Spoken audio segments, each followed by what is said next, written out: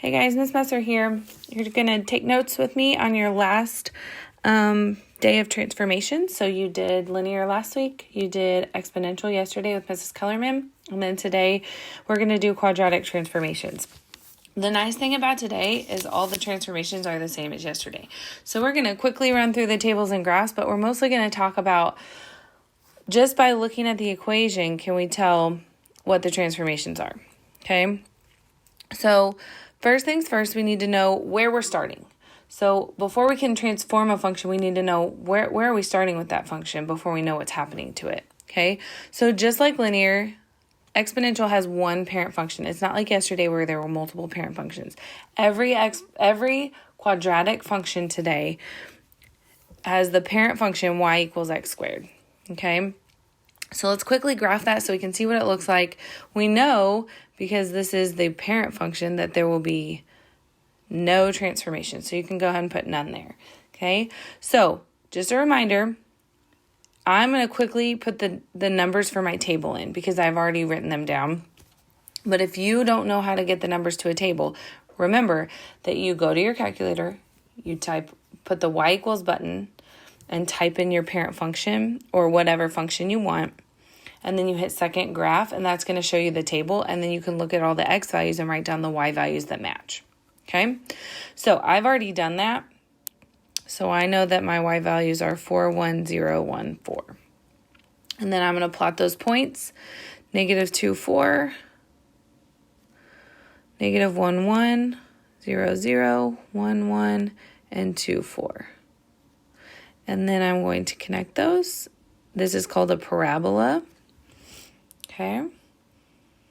And I'm going to write down where the vertex is. So I'm going to notice that the vertex is at 0, 0. Just so that I can kind of see what's happening to the vertex in some of the transformations. It's going to help me know what's going on. Okay, so let's look at our first transformation. Our first transformation is inside parentheses. Okay, so I know my parent function is y equals x squared. And I'm going to ask myself, what's happening to that? What's added to this y equals x squared? Well, a -2 inside parentheses is what's added. Think back to yesterday. What would happen if you had a -2 inside parentheses? Was that a shift, a stretch, a shrink?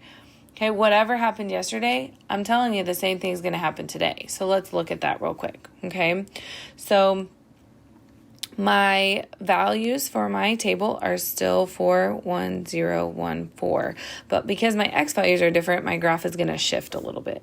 So I'm going to start at 0, 4, 1, 1, 2, 0, 3, 1, and 4, 4. And then I'm going to connect those. Okay, you can see it's the same parabola, it's the same shape, but it's been shifted. And what direction has it been shifted? Yes, to the right. And so this is a horizontal shift 2 units right. Okay, that's my transformation here. And I'm going to notice that the vertex has moved. And so that's one way I can easily tell where the shift occurred. Okay, now we know that normally on the number line, if I have a negative number, that moves it to the left. And so we want to keep in mind that just like yesterday, this -2 here, a horizontal shift always does the opposite of what you think it's going to do. So a -2, actually, we would think it goes to the left. It actually goes to the right. So a +2, we would think it goes to the right. It actually goes to the left. Horizontal is always the opposite of the number line or of what you think. So you might write that down. Opposite of number line. Okay? All right, let's look at the next one.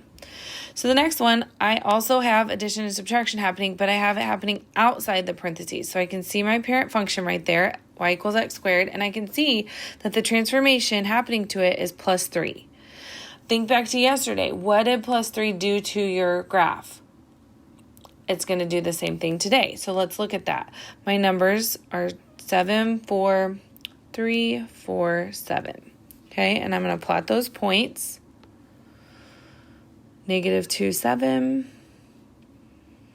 negative 1, 4, 0, 3, 1, 4, 2, 7. And then I'm going to connect again. I again have the same parabola, but it shifted. And where is it shifted this time? Yes, it is a vertical shift, and it shifted 3 units up. So it's a vertical shift 3 units up. Okay. Now, vertical shift goes the direction you think it does. On the number line or in any coordinate plane, plus goes up and negative goes down, and that's the same thing here. So this plus 3 does what you think it would do. It goes up. Okay, so keep in mind that in parentheses is a horizontal shift. It does the opposite of what you think. Not in parentheses, if we're adding or subtracting outside the parentheses, it's a vertical shift, and it does exactly what you think it would do. So we're going to notice that our vertex moved from 0, 0 to 0, 3 here. Okay, let's look at the next one. So I have a negative here. Okay, my parent function is y equals x squared, so the only thing new is the negative. Okay, so let's see what that does to my graph. So negative 4, negative 1, 0, negative 1, negative 4. And some of you may already know what it's going to do because you remember from yesterday and the day before what happened when you had a negative. Okay, so negative 2, negative 4, negative 1, 0, 0, 1, negative 1, and then 2, negative 4. Then I'm going to connect those. Now I have an N instead of a U. Okay, so what this did is my original parabola was pointing up. Now I'm pointing down. This, as you may have guessed, is a reflection over the x-axis. Okay, so that means I'm flipping it down over the x-axis. If I folded my paper right on the x-axis, this would flip down over that axis. Okay, so my vertex didn't change. It's still at 0, 0. But I'm flipped my graph, okay? It's a reflection, which is the same thing that the negative did yesterday and last week when we looked at linear. Okay, ready for the next one? The next one is multiplying. Okay, and when we multiplied with linear and exponential, you're going to remember that it depended on what that number was that we multiplied by. So if we're multiplying by something greater than 1, it was a stretch or shrink, and then less than 1 was a stretch or shrink. So let's talk about which was which, okay? So first, let's write down our numbers. So 8, 2, 0, 2, 8. Okay, so I'm going to plot those points. Negative 4, 8. Negative 2, 2. 0, 0, 2, 2, 4, 8. Okay, so this got wider. Okay, it's not steeper, it's less steep than the original. Okay, more steep would be like a real skinny one like that. Okay, but this is less steep. So my vertex is still at 0, 0. Because this is less steep, this is going to be considered a vertical shrink. A vertical shrink. By, and then remember when we do shrink, we use the reciprocal. So we take the factor that was being multiplied by and we flip it. So it's a vertical shrink by 2. Okay? So we're going to remember that any number that is between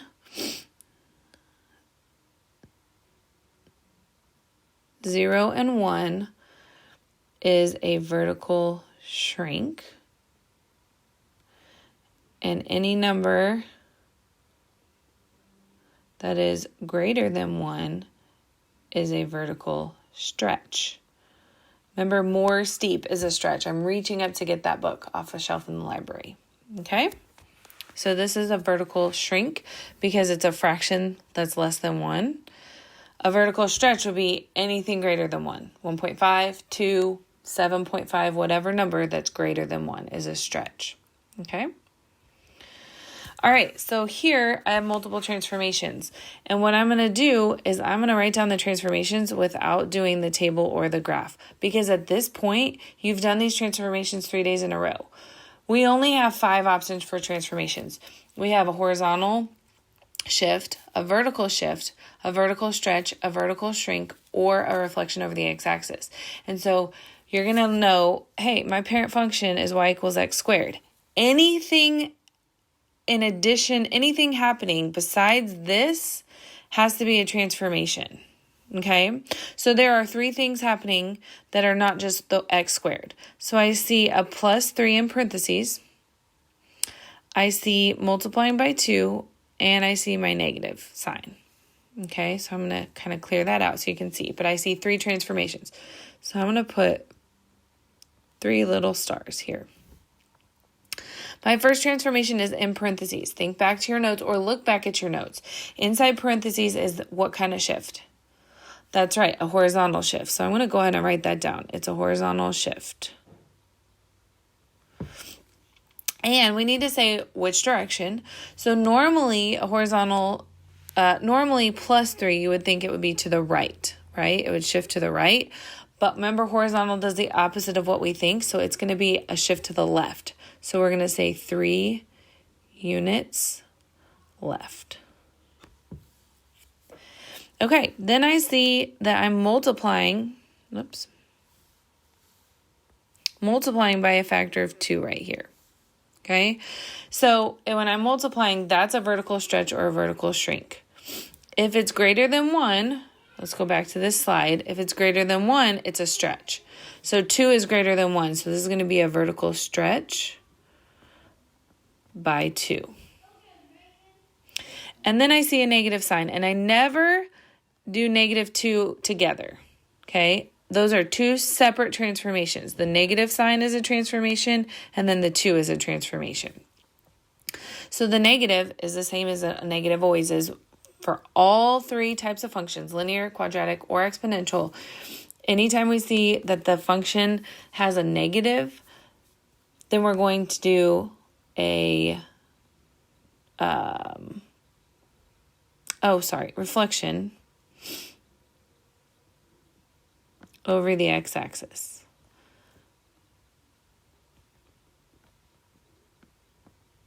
Okay, so there's your 3 transformations. So I don't even know what my vertex is because I didn't graph it, and that's okay.